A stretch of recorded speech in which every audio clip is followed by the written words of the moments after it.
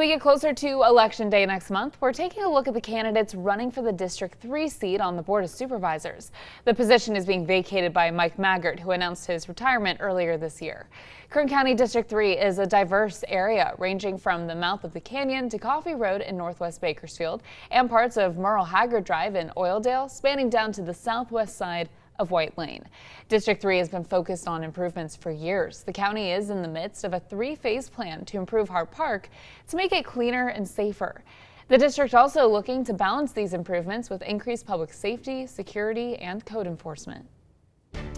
Well, we are 3 weeks away from the state's primary election, and this week we are getting to know the candidates for Kern County Supervisor District 3. Joining us in studio this morning is the former CEO of the Alliance Against Family Violence and Sexual Assault, as well as the Bakersfield Homeless Center. You know him, Louis Gill. Louis, thanks for coming in. Appreciate it. Good morning, Mike. Glad to be here. Let's start with one of the most visible issues, not just in District 3, but I think in every district in Kern County, the homelessness issue. And we have all seen that it's at an all-time high. You have been front and center for many of the changes that have gone on, like the Brundage Lane Navigation Center. Where are we now, and what still needs to be done? So, first and foremost, I really appreciate the opportunity to come in and talk. Homelessness is, of course, one of the issues that's impacting the district. There's actually two districts that are impacted the most by homelessness. That's the 3rd and the 5th. Okay. So, in the 3rd, we are seeing many people camping outside. We have made investment here locally, but for a very long time, we have neglected this issue. For decades, I have been advocating for the county to get involved at a greater level. Somewhere around 2019, they started making those investments, but we have a lot of neglect to deal with. So what can we do? There's an overall federal policy that's called Housing First. That Housing First policy dictates how investment can be made. So any funding coming in has to primarily, mostly go to getting somebody in a home. It's not for addressing the other issues, mental health issues, chemical dependency issues. And it's also further limited by being focused on chronically homeless, which is a smaller portion of the homelessness population. And so this federal policy, where it can be, needs not to be adopted here locally because it gets passed from the feds to the state and then down to us. And so then by the time we get there, we're in contracts that limit how we can do our work. We need local control. Okay. The creation of the Brundage Lane Navigation Center, I think many people in the community thought when this thing gets up and running, it's going to wipe it out and we're not going to see homeless people on the streets, and that obviously is not how this all works. There's homeless encampments. They just removed a big one out of the river, the dry riverbed, not a short time ago, and you can still see people downtown wandering and stuff, especially with the warmer temperatures now. They're going to be coming out more. Where do we go, and how do we get those people into the help that they need? So the Brundage Lane Navigation Center and the M Street Low Barrier Shelter have both been great additions, but it again is insufficient for the number of people that are outside. There just aren't enough beds to cover everybody. And so we need to start thinking about new and different ways of serving. There's something very interesting that the county is doing. They're starting to a safe camping space. So individuals that are hesitant, don't want to come into a shelter, they're giving them a space near M Street Navigation Center where they can camp. There's bathrooms close by. There's supportive staff. There's people trying to get them the help that they need, as opposed to them just being out in the community.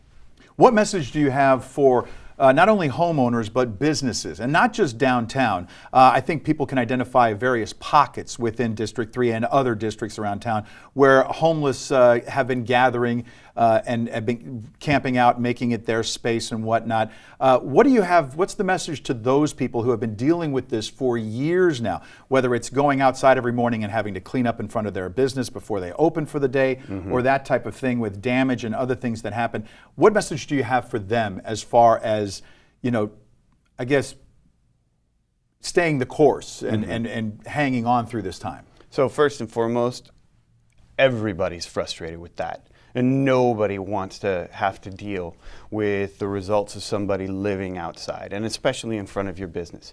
One of the ways that we addressed that downtown was we developed the downtown clean teams. And so the Bakersfield Homeless Center has crews that go out every morning, clean up all the trash in front of businesses, steam clean the sidewalks in front. That can be replicated. That can be increased. There are different ways that we can partner with the nonprofit community so that we can bring in support so that business owners and folks in outside business areas other than just downtown feel supported. Do they have that at the county level? There are very modest investments so far in teams to clean up mostly encampments. All right. An example was in the 3rd District when they couldn't figure out how to deal with graffiti and dumping.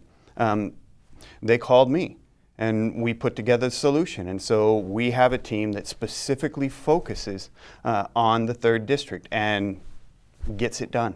We are talking with Louis Gill, one of the candidates, one of the 3 candidates for District 3 Supervisor seat. We'll have more with him coming up after the break. Stick around. Welcome back at 6:43. We are continuing our conversation with District 3 Supervisor candidate Louis Gill, and we're going to move into crime right now. The crime rates, of course, have been going up. And in District 3, just ironically enough, earlier this week, there was a deadly shooting on Monday. There was another shooting overnight on Tuesday. So the crime has been going up. What can supervisors do? We always talk about funding of the Sheriff's Department and being able to put more deputies out there on the street. Of course, all of that depends on property tax revenue, et cetera, et cetera. Do you have any ideas as far as that goes? Well, when it comes to public safety, and especially crime, we have a growing problem. I know there's violent crime that concerns us all and has to be addressed. There's also a lot of property crime. My family, in the last 6 months, we've lost 3 catalytic converters. It's ridiculous. It shouldn't be happening. There's some basic rules that we've forgotten. You don't get to take somebody else's stuff, and you don't get to break somebody else's stuff. And there should be a penalty for that. And when that happens, people should go to jail. Now, as to funding the Sheriff's Department, we need to take a hard look at the budget first and foremost and figure out how are we prioritizing our spending? Okay. What really is our focus? And then see, can that be modified? It's a significant budget, it's a significant amount of spending, but the truth is we have under-resourced our Sheriff's Department for a very long time. And right now we are losing deputies at a faster rate than we're able to hire them. We are currently in a position that we are literally years away from being able to replace the personnel that we've lost.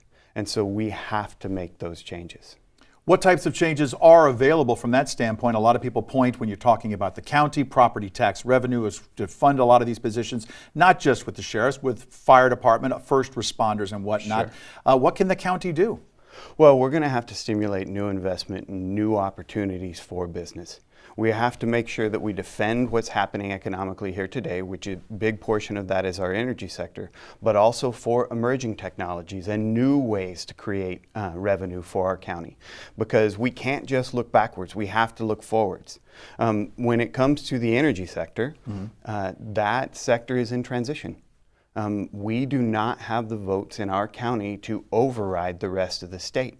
And so that change is coming. What we need to do is make sure that we fight to keep production where it is today, because we have energy needs in this state. And it's entirely unrealistic to believe that in any way we're going to immediately make a transfer.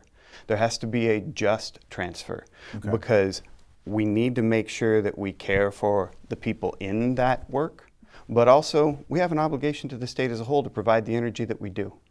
We are running out of time, but I wanted to allow you the chance to go ahead and let voters know what is the one thing they should know about you heading to the polls for the primaries. So the majority, well, all of my experience has been outside of government. I am not doing this because I think it should be a career. This is a service. I've always been of service to others, and I've fought for people that can do absolutely nothing for me. Right now, I believe that it's important that we have new ideas, fresh faces, and somebody that's actually done the work that the supervisors decide on in that room making the decisions. And so I would like to bring that yeoman's knowledge to the decision making. Louis Gill, one of the candidates running for District 3 in the supervisor seat. Best of luck to you in the election. Thank you very much. All right, thanks for joining us.